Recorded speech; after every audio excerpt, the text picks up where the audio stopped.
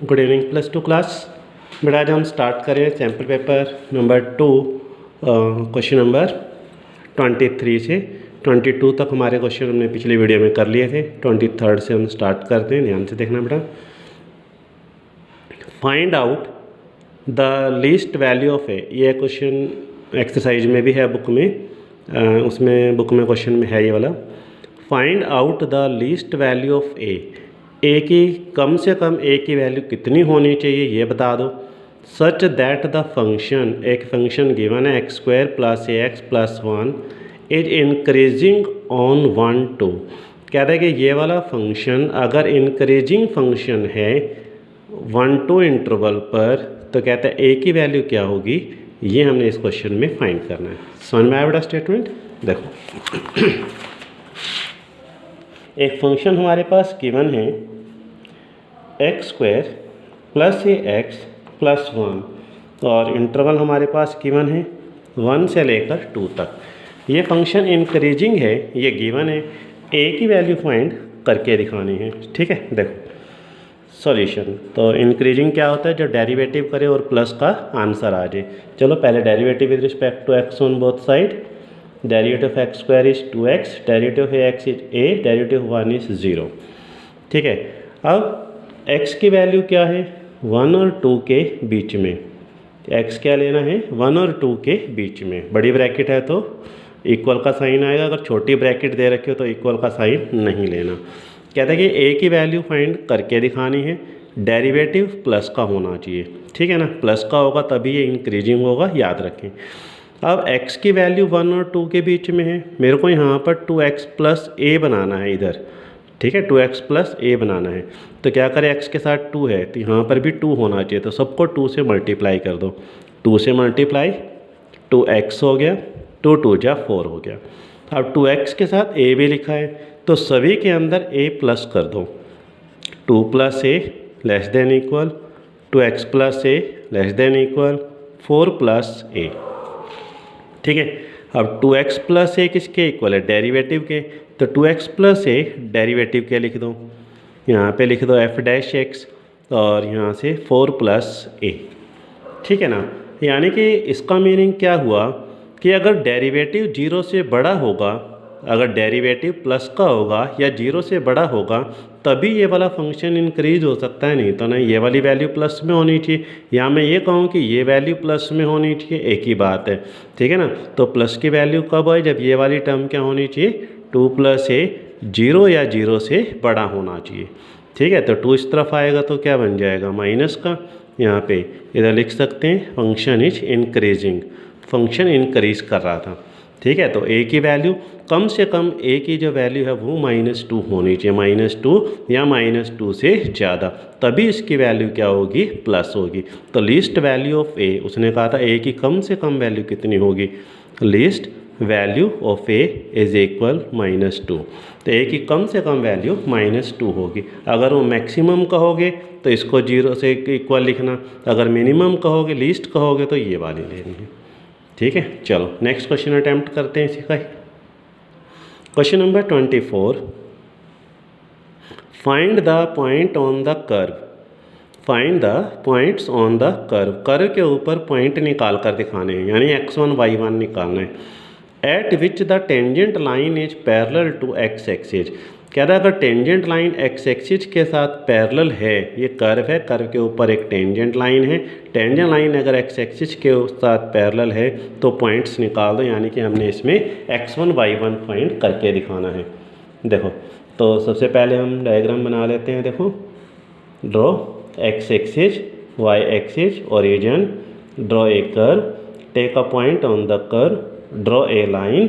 ठीक है, this line parallel to x axis, और ये x1 y1 हमने इस क्वेश्चन में फाइंड करके दिखाना है। ठीक है, equation of A curve given है हमारे पास, इक्वेशन ऑफ कर्व। ठीक है, कर्व की इक्वेशन कितनी है हमारे पास, y = 2x² - 6x - 4। और एक क्वेश्चन और उसने कहा है कि जो टेंजेंट लाइन है वो पैरेलल है x एक्सिस के साथ, तो मेरे को x1 y1 फाइंड करके दिखाना है। कैसे, देखो तो डेरिवेटिव तो हर क्वेश्चन में होगा ही, dy/dx। 2 2 जा 4x हो गया, 6x का 6, 4 का डेरिवेटिव 0।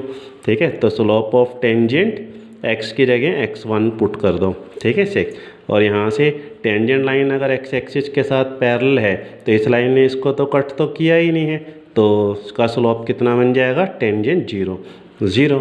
तो ये भी स्लोप है, ये भी स्लोप है, स्लोप तो सेम ही होता है ना। 4x1 - 6 = 0, 6 परली तरफ ले जाओ। ठीक है, 4 से इसको डिवाइड कर दो तो 6/4। ठीक है, 2 2 जा 4, 2 3 6, तो x1 की वैल्यू कितनी आ जाएगी, 3/2।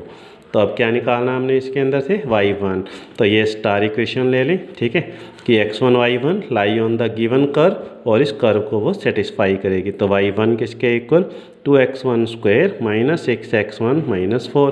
x1 की जगह 3/2 लिख दो, यहाँ 3/2 लिखो, 3 का स्क्वायर 9, 2 स्क्वायर 4, और यहाँ से 6। x1 की जगह कितना आ जाएगा, 3/2 - 4, तो यहाँ से 2 3 जा 6 हो गया, 2 2 जा 4, और ये 2 कट गया, तो 9/2। तो ये कितना हो जाएगा, -9 - 4। ठीक है, 2 एलसीएम ले लें यहाँ से, तो कितना आ जाएगा, 9 2 9 18, और 2 4 जा 8। ठीक है, 9 में से 8 गया 1, तो -17/2 हो जाएगा। तो x1 की वैल्यू कितनी आ गई, 3/2, और y1 की वैल्यू कितनी आ गई, -17/2। ठीक है, तो ये हमारे x1 y1 आ गए, ये हमारा आंसर आ गया, क्वेश्चन ख़त्म। Next question 25, for what value of a, कहता है a की वैल्यू फाइंड कर दो।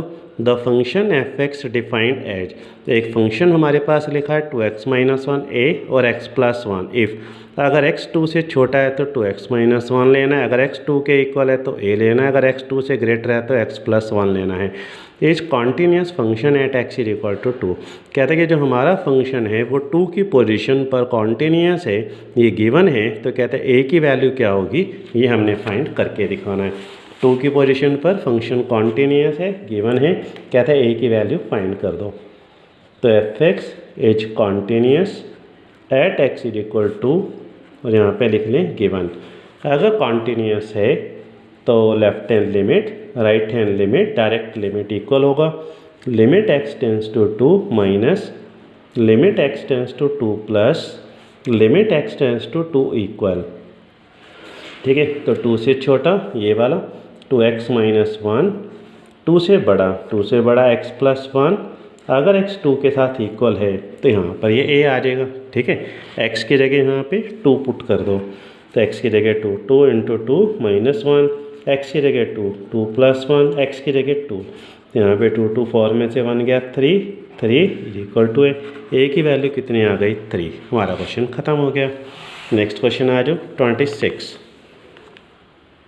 Question number 26, if a and b are 2 independent events, कहते हैं a और b 2 इंडिपेंडेंट हैं, ये गिवन है। Then show that a and b bar are also independent event, कहता है a और b अगर 2 इंडिपेंडेंट हैं तो a and b बार भी दोनों क्या होंगे, इंडिपेंडेंट। ये हमने प्रूव करके दिखाना है इस क्वेश्चन में। देखो क्वेश्चन नंबर 26, तो a and b are independent events given है। ठीक है, अगर ये इंडिपेंडेंट है, probability of A intersection B, तो इंटरसेक्शन किस में बदल जाता है, प्रोडक्ट में। अगर इंडिपेंडेंट है तो इंटरसेक्शन प्रोडक्ट में बदल जाता है। ये इक्वेशन नंबर 1 लिख दी। अब वो कहता है कि प्रूव करके दिखा दो कि probability of A intersection B bar, कह रहे ए और बी बार दोनों इंडिपेंडेंट हैं, ये प्रूव करके दिखा दो। ठीक है ना, तो यानी इंटरसेक्शन को प्रोडक्ट में बदल कर दिखाना है। कैसे, तो सबसे पहले आप क्या लिखें, प्रोबेबिलिटी ऑफ ए माइनस, जिसके ऊपर बार नहीं है वो पहले आएगा, माइनस इन दोनों का इंटरसेक्शन लिख दो। ठीक है, जिसके ऊपर बार नहीं है वो पहले आएगा, माइनस बार हटा के इंटरसेक्शन, तो ये इसका फार्मूला बन जाता है। ठीक है, तो बाय इक्वेशन नंबर 1 से इंटरसेक्शन किस में बदल जाता है, प्रोडक्ट में। तो यहाँ पे प्रोबेबिलिटी ऑफ ए हो गया माइनस, इसको प्रोडक्ट में लिख सकते हैं, probability of A multiply probability of B. ठीक है, अब इसमें से कुछ कॉमन आ रहा है, देखो प्रोबेबिलिटी ऑफ ए कॉमन ले लें, तो प्रोबेबिलिटी ऑफ ए कॉमन लोगे तो यहाँ पे 1 रह गया, माइनस प्रोबेबिलिटी ऑफ बी। अगर 1 में से प्रोबेबिलिटी ऑफ बी को माइनस कर दूँ तो प्रोबेबिलिटी ऑफ बी बार बन जाएगा। ठीक है ना।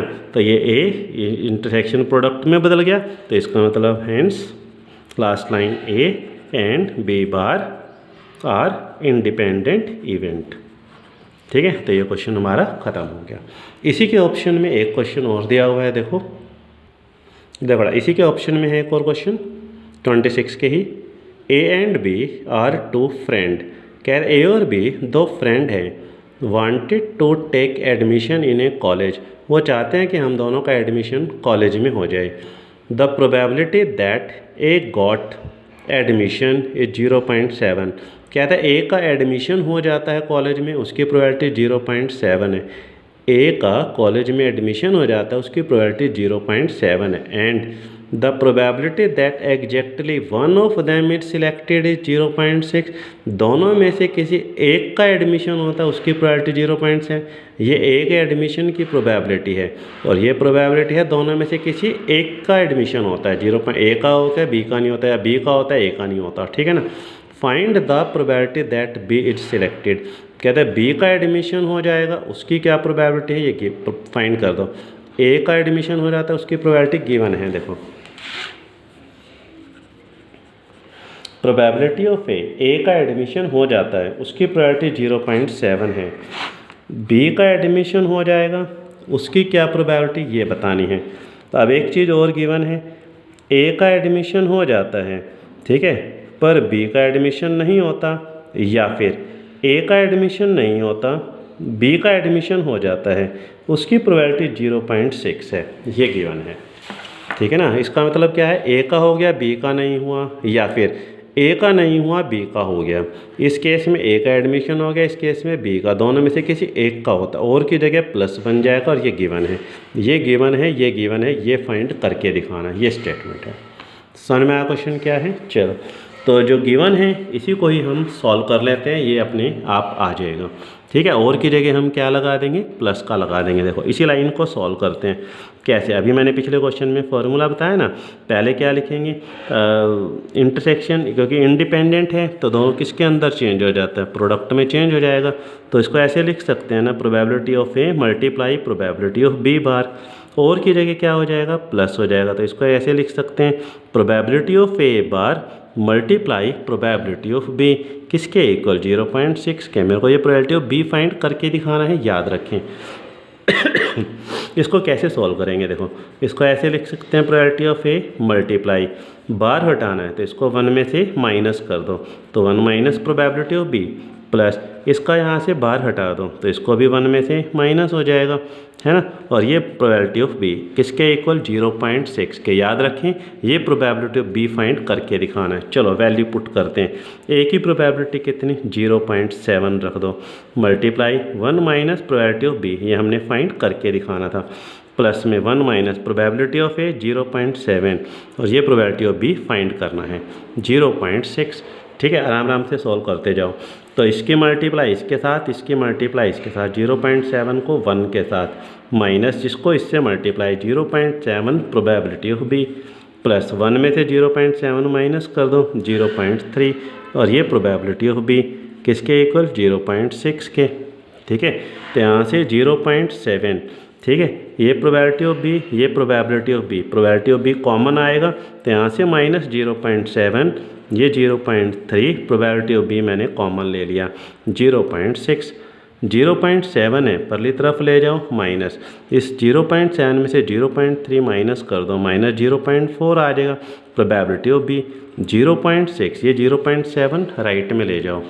ठीक है ना, तो 0.7 से माइनस किया, माइनस 0.4, 0.7 इधर आके माइनस हो गया, तो माइनस 0.4 प्रोबेबिलिटी ऑफ बी, इसमें से माइनस कर दो तो माइनस 0.1, दोनों तरफ माइनस है, इस माइनस से ये वाला माइनस कट हो गया, 0.4 परली तरफ ले जाओ, तो प्रोबेबिलिटी ऑफ बी 0.1 डिवाइड में 0.4, पॉइंट हटा दो, पॉइंट हटाओगे तो एक जीरो नीचे एक जीरो ऊपर, कट गया, कितना आ जाएगा 1/4।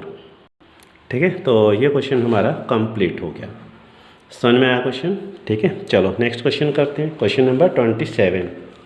देखो डा क्वेश्चन नंबर 27, स्टेटमेंट रीड कर लो।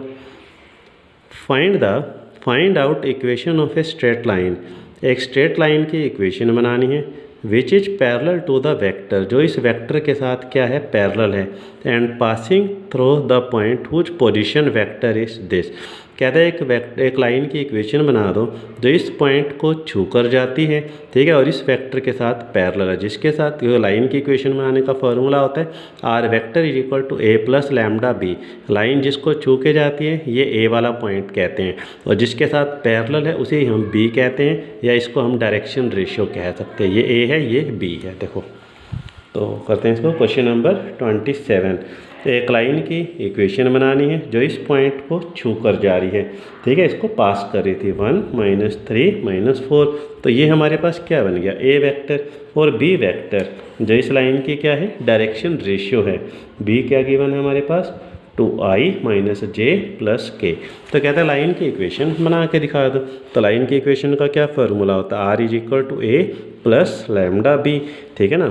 r = a की वैल्यू ये रही, तो 1i - 3j - 4k plus lambda B ये वाला, तो यहाँ से 2i - j + k, r = a plus lambda B. तो ये क्वेश्चन हमारा यहाँ पे ख़त्म हो गया। समझ में आया बेटा क्वेश्चन, ठीक है। नेक्स्ट आ जाओ क्वेश्चन नंबर 28। देखो question number 28, solve the differential equation. एक डिफरेंशियल इक्वेशन गिवन है, लॉगरिथम dy/dx किसके इक्वल है, 3x + 4y के।